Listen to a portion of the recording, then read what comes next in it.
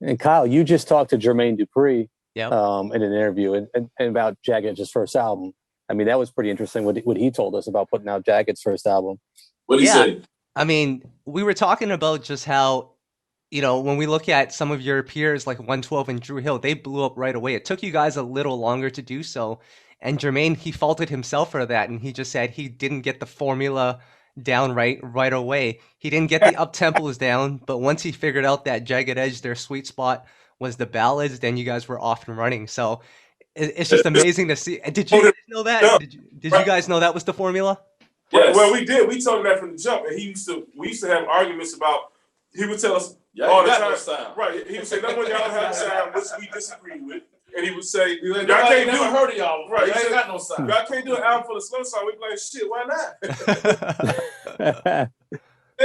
So, to his credit, we're glad that he did make us stick in there with some of the fast songs, but we always felt like people was going to love our ballads, and that's what we came in the door that way. Wow. Yeah. Tom, let's talk about the debut for Jagged Edge, because this is an album we both love. Obviously, you guys had bigger albums later on, but Tom, just talk about some of those cuts that you love. The Rest of Our Lives is my favorite. That album front to back is slept on at this time. I mean, yeah.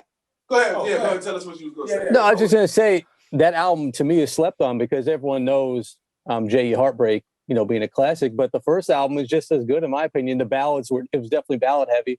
But you mentioned It's Funny How being one of those. I love Wednesday Lover, the cover you guys did. Gotta Be, that's just a truly heartfelt song. I mean, front to back, you can still put this on, and it's some of your best work. So I feel like it got overlooked over the years.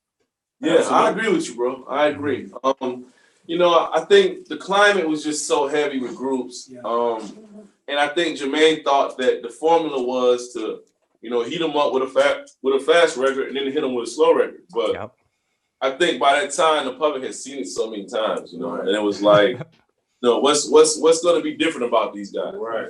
And when we dropped that Gotta Be, it was over. It was over. Like, he's like, write this. And I think